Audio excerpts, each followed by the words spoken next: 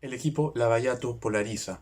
Creo que no hay que ser a ningún opositor acérrimo al trabajo del equipo Lavallato, ni al trabajo del gobierno, ni tampoco hay que ser un fujimorista, ni un cuello blanco, mucho menos, para poder tener esta clase de impresiones, pero definitivamente tenemos suficientes razones, como vengo diciendo, para sospechar que el trabajo del equipo Lavallato no está necesariamente en el estándar que ellos quieren proyectar.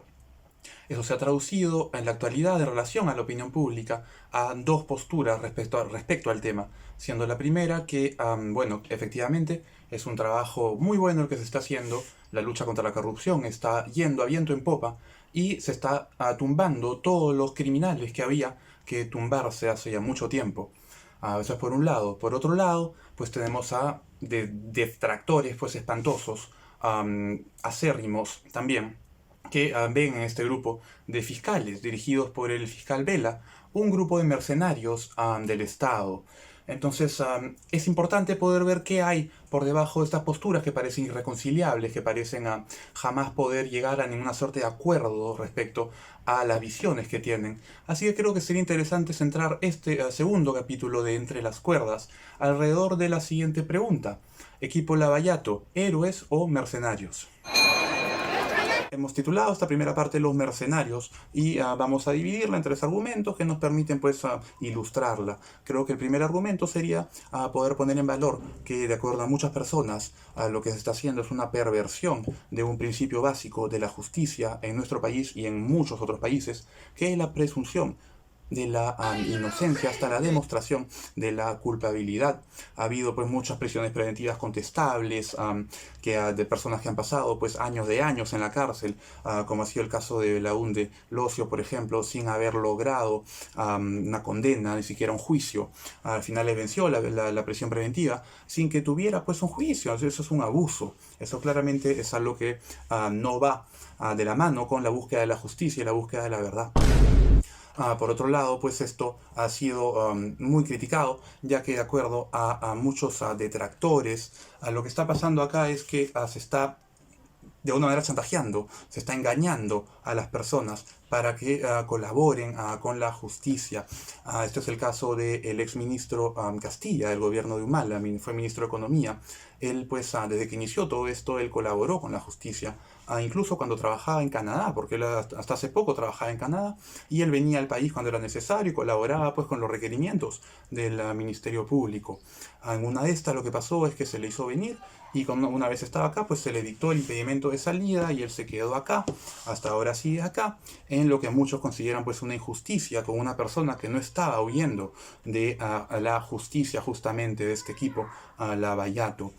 Esto nos lleva a un segundo argumento, que es que se están usando métodos poco ortodoxos, digámoslo de manera políticamente correcta, para poder pues hacer avanzar las investigaciones. Es el caso, por ejemplo, de lo que pasó con Ojo Público. Ojo Público mostró una serie de transcripciones de unos audios hace poco que involucran justamente a Belaúnde Locio, ex asesor del presidente Humala. Lo que se ve, lo que se escucha es que ciertos fiscales de este equipo le dicen al señor que básicamente si sus declaraciones no van de la mano con la tesis de la fiscalía, no van a proceder sus beneficios de colaborador eficaz. Lo que se está haciendo acá es, en pocas palabras, incitar a la mentira, es coaccionar, es manipular el curso de una investigación. Y es algo que no ha sido, creo yo, comentado, analizado y criticado lo suficiente. Y creo que es importante poder mencionarlo justamente ahora en este contexto, ¿no? Si queremos seguir hablando de atropellos, de abusos, otro caso importante es el de la periodista del Expreso, la señora María Teresa García, cuyo domicilio fue allanado recientemente, no por el equipo Lavallato precisamente, pero por otro equipo del Ministerio Público. Y como sabemos acá, pues todos juegan de la mano. Lo que pasa es que, bueno, como decía, que la señora es periodista del Expreso, y el Expreso pues es un diario de oposición, piensen lo que piensen, aunque a muchos no les guste, a mí no me gusta, pero de que lo es un diario de oposición, que estuvo criticando fuertemente la labor que se estaba haciendo el Ministerio Público en relación al caso de los cuellos blancos. Pero como sabemos, pues todo está conectado, no hay cosa que se haga de casualidad, y lo que le interesa a uno, pues claramente también le interesa al otro. Así que podemos añadir este caso de la periodista, pues como un atropello del Ministerio Público. Muy grave, muy criticable, como digo, creo que no se ha dado la atención que merecía. Podemos seguir pues en esta línea para llegar a un tercer punto, un tercer argumento que dice en pocas palabras que este equipo Lavallato es un grupo de peones al servicio de una agenda política que es aquella del Ejecutivo. Creo que el punto más importante acá a criticar, a poner en la mesa, respecto a los 524 millones que se devolvieron a la constructora, a Odebrecht, en base a la venta de la hidroeléctrica de Chagua, que había sido decomisada. A fin de cuentas, pues se devolvió el dinero y hubo muchas personas pues quienes veían en esta movida, en este trato que habían hecho, una manera que tenía el presidente Vizcarra de seguir pues fomentando la aprobación popular, la aprobación del pueblo, ya que sabemos que los términos de este acuerdo decían que una vez devuelto el dinero, pues ellos iban a poder pagar a sus técnicos, a sus trabajadores, para que pues desenmascaren ahí las informaciones que tienen encriptadas en sus sistemas, que puedan meterse ahí, sacar a quién corresponde justamente cada codinome que falta. ¿Y qué pasó? Pues que no hubo ningún codinome, por lo menos ninguno de gran importancia, no hubo declaraciones que permitan realmente el avance de las investigaciones. Entonces acá pues claramente lo que tenemos es un uso del accionar de la justicia en función a la necesidad política de un presidente, precisamente, lo que es algo pues muy grave, que incluso como vimos hace poco llevó a la caída de muchos miembros del gabinete porque no se pasaron por los protocolos necesarios para poder autorizar y discutir los términos de esta devolución de dinero. Hemos llamado a esta segunda parte los héroes y vamos también a dividirla en tres partes principales, tres argumentos principales que defienden pues el trabajo del equipo Lavallato. El primero es que se ha logrado poder pues claramente desentrañar, descubrir muchas cosas que estaban ocultas en los últimos años. Se ha logrado muchos testimonios, muchas delaciones importantes, como es por ejemplo pues aquella de Atala, quien declaró haber sido testaferro del expresidente García y era básicamente pues la mente ahí que mandaba la plata a un lado, mandaba la plata al otro para poder esconderla. Esto ha llevado también pues a las prisiones preventivas, que si bien son criticadas por muchos, han permitido avances en el sentido que han permitido que se siga soltando información. A fin de cuentas, si es efectivo, ¿por qué criticarlo? Esa es la pregunta que hacen, ¿no?, quienes apoyan ese trabajo. Y podemos acordarnos del caso de Nava, también dentro de las investigaciones alrededor de Alan García, quien dio mucho detalle respecto a cómo funcionaba el pago de coimas, las loncheras, esto y lo otro, que permitieron enriquecer bastante a las investigaciones. Esto nos lleva pues a un segundo argumento que dice pues que las acusaciones no han quedado ahí, no han quedado en acusaciones, sino ha pasado a condenas. Si miramos los números que ha dado reportado la República este año, vemos 163 condenas y 3.000 millones de dólares devueltos, 3.000 millones de dólares recuperados que se perdieron de las arcas nacionales a causa de la corrupción. Si seguimos viendo números, podemos ver que el mismo reporte de la República pone y muestra 1.334 mandatos de detención, 130 prisiones preventivas y 163 prisiones temporales, ya con condena. Así que acá de que hay un avance, ha habido un avance, se ha comenzado a condenar a personajes que no son claramente los principales, sino poco a poco se está llegando justamente a los grandes culpables, los grandes responsables de lo que ha sido pues el accionar de la corrupción en los últimos años en nuestro país. Para eso se ha requerido también un trabajo entre países, un trabajo de relaciones internacionales. Por ejemplo, a través del caso de Toledo ha habido una coordinación entre el Ministerio Público peruano y los Estados Unidos que han permitido que se le encarcele allá, que se le interrogue y eventualmente se le extradite, que es el objetivo, ¿no?, en este caso en particular. Lo que nos permite pasar pues a un tercer argumento que es el siguiente, digamos.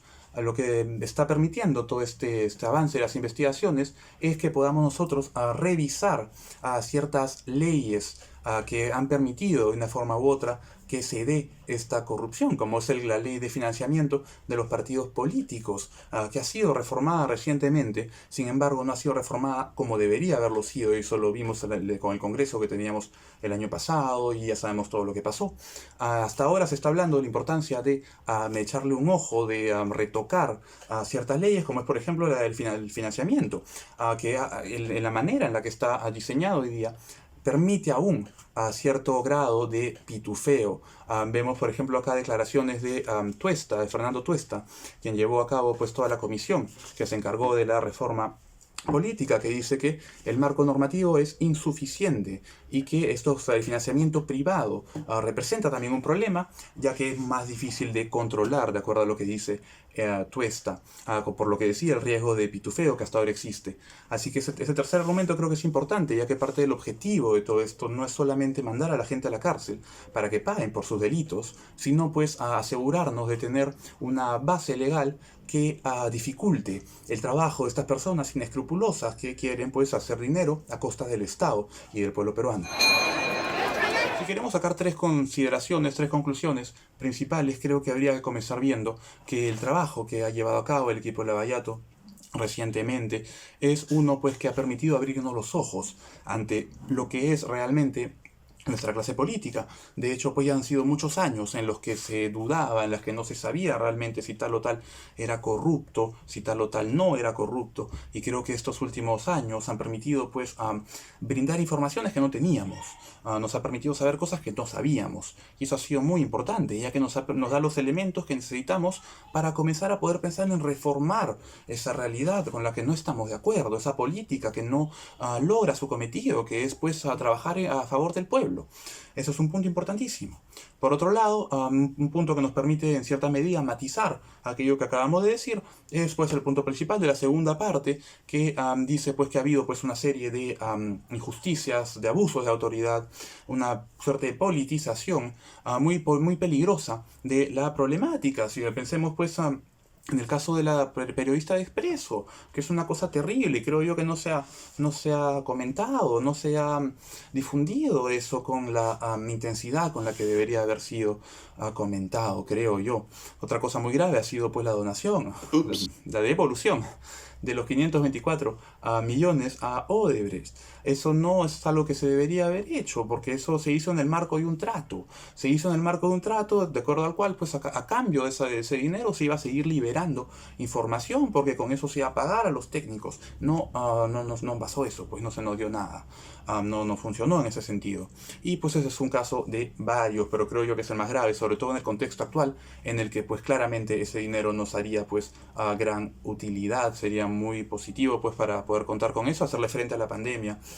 Pero creo yo que el tercer punto va más allá de este tipo de consideraciones y es uno importante en el sentido histórico, creo yo, ya que podríamos catalogar este trabajo del equipo Lavallato como una continuación del trabajo de reconciliación nacional emprendido pues a principios de los 2000 con la caída de Fujimori, con la llegada de Paniagua, quien crea la Comisión de la Verdad, y todo un trabajo que se ha ido dando en los últimos 20 años que nos están permitiendo poco a poco reconciliarnos con la noción que tenemos nosotros de nuestro propio país. Creo que el mayor perjudicado en esos términos ha sido pues el país, la nación, entre comillas, como idea abstracta.